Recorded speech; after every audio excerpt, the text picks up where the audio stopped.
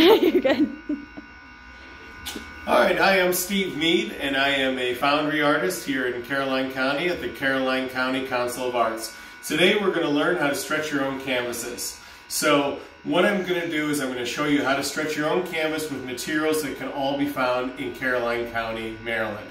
So there's not an art store anywhere nearby. There's one that's about 75 miles away in Silver Spring, and you know, I'd like to show you how to make it on your own if you don't want to cross the bridge, if it's something that you can do by yourself. So what we're going to do, we're going to use a few things. There's going to be some tools that you're going to need for this demonstration. So what I did is I'm making a stretcher bar out of a 2x4. So this 2x4 I got out of the dumpster. It was actually on a pallet, just meant to hold some stuff. You can also buy a 2x4 at Chop Tank Supply. It costs you about $5 because lumber is pretty expensive right now.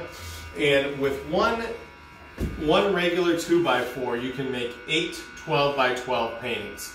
So that's what I'm going to show you how to do. So the nice thing about making your own canvas, you can do it much more affordably than you can by buying them.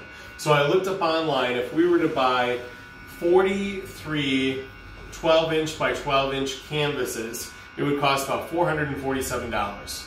So one of the things that we have here is I bought a drop cloth that is 6 feet by 9 feet, and it was $10. And I just got this at Walmart. This is just meant for somebody who's painting, putting it on the ground. This is perfectly good and acceptable material to paint on if you're going to make your own canvases. And so I figured out the cost if we were to make 43 of our own canvases with just wood that we bought at Chop Tank Supply, paint, screws, all these different items, it would only cost you $64. If you're able to find the 2x4s, if you know somebody in construction that can give them to you, then you can actually build all these canvases for about $30. So it's actually a pretty good deal. Okay, so one of the things that I did, so the first thing, you're going to need some tools in order to do this though. So it's not really something that you can do without certain power tools, things that you might need. So the first thing that you're going to need is your 2x4. So what I did is I set the 2x4 on the table saw and I cut it into 3/4 inch strips. So that's what I did. So I ran it on the table saw, I cut the strips, and I cut a bunch of these. And then based on that, I cut the other sizes to meet the requirements of the canvas. So what I have here is the after effect of stretching those pieces. And we'll show you how to put this together in a moment, but that gives you an idea of the first step. The other tools that you'll need a drill, and this has a special bit, a countersink bit, and it has a little drill bit at the top which starts it, and then this other part right here is what creates a hole where the top of the screw head goes in, and then you don't see it through the canvas, which is really nice.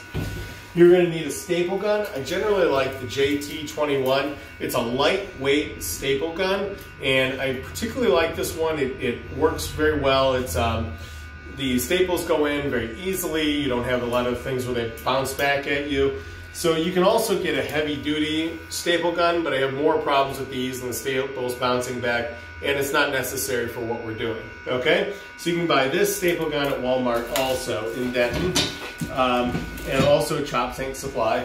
And then there's lightweight staples. So you're going to use these, they're 3/8 of an inch, and that's what you're going to use to staple the canvas down. Okay? Other things that you'll need, tape measure to measure different parts of what we're doing, and also to cut these pieces. I didn't show you cutting these on the table saw today because I didn't have that equipment available here. You're going to need a paintbrush. Typically a 3-inch paintbrush or 2.5-inch paintbrush will be fine. Any old one will work. It does not need to be perfect. It does not need to be a Purdy or one of these really expensive paintbrushes. Just something to get the paint on the canvas. Okay? You're going to need some screws. So you have 1 1/4-inch screws, which are going to be used for one part of the canvas, which I'll get to in the next video. And then you're going to need 1 5/8-inch screws. 1 1/2 will work. I'm just using drywall screws because that's what I had available.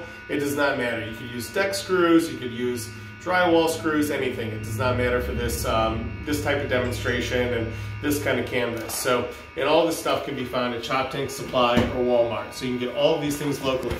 The last thing, I went to the store and I bought this in Silver Spring at the art store, which is gesso. This is what you're supposed to use for a canvas if you're doing something that's archival and it's going to last a really long time. But this is not always available. You can't always order it online, or you can't always go there and pick it up. If you order it online, it's about $27 for a gallon.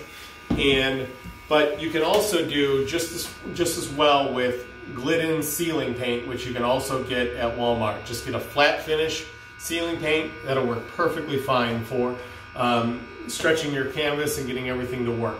And that would just be the acrylic latex. So, and the last couple things you'll need scissors and a couple tools I brought which are not necessary but that will help your installation a little bit. A rafter square, which would be nice, just it's a little bit dirty, but rafter square that'll be used to make sure your corners are straight. And I also bought some clamps. So these are just able to hold the piece together and make sure everything is nice and flat. And of course you'll want a flat surface like a table or the ground. You could build this on a garage floor. You could build it in a lot of different spots. So, but just a nice level surface. Okay.